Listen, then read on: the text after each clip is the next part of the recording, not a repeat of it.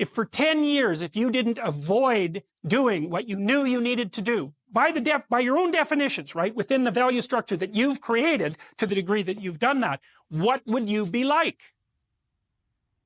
Well, you know, there are remarkable people who come into the world from time to time, and there are people who do find out over decades long periods what they could be like if they were who they were, if they spoke their being forward.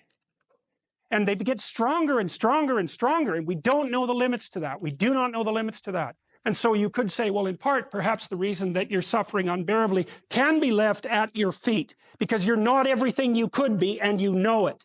And of course, that's a terrible thing to admit, and it's a terrible thing to consider, but there's real promise in it, right? Because it means that perhaps there's another way that you could look at the world, and another way that you could act in the world, so what it would reflect back to you would be much better than what it reflects back to you now.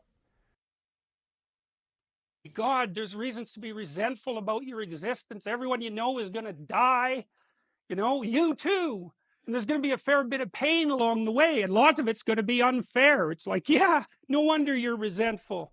It's like, act it out and see what happens. You make everything you're complaining about infinitely worse. There's this idea that hell is a bottomless pit, and that's because no matter how bad it is, some stupid son of a bitch like you could figure out a way to make it a lot worse. So you think, well, what do you do about that? Well, you accept it. That's what life is like. It's suffering.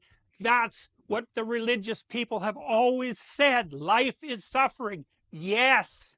Well, who wants to admit that? Well, just think about it. Well, so what do you do in the face of that suffering? Try to reduce it.